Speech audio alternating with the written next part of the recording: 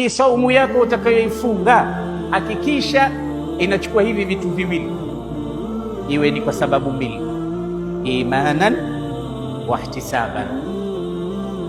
Iwe kwanza unafunga, hili ni suala la kiimani, ndiyo imani yako inavyokutaka. Katika moja miongoni mwa imani zako Muislamu, hii ni nguzo, na uamini kwamba ni nguzo na ufanye kwamba we ni muumini, ulitakiwa ni wajibu wako kuitekeleza hii imanan. Alafu jambo la pili, wahtisaba, utarajie thawabu kutoka kwa Allah, isije ikawa kinyume ya mawili haya. Kwa sababu watu wengine wanafunga kwa sababu waliambiwa saumu ni mufid katika mambo ya kupata tiba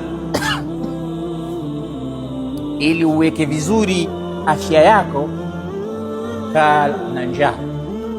Sasa kuna tofauti kati ya kusema kaa na njaa au usile ovyo ovyo na kusema nimefunga. Mengine yoyote yanaweza yakaja, hayo ya dati, hayo ya kutaka mwili uwe vizuri, kupunguza kitambi, yote yanaweza yakaja, lakini sosi na transforma yake iwe ni imanan wa ihtisaban. Mimi nafunga, hili ni suala la kiimani na nataraji malipo kutoka kwa Allah. Hadithi ya Mtume inasema, man sama ramadhana imanan wa ihtisaban ghufira lahu ma taqaddama min dhanbi.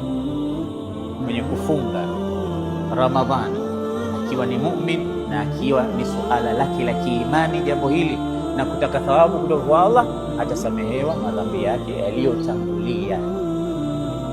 Yani hili zoezi letu tulilolianza leo ni sababu ya kufutiwa madhambi yaliyotangulia. Ya Rabbi, tusamehe madhambi yetu yaliyotangulia.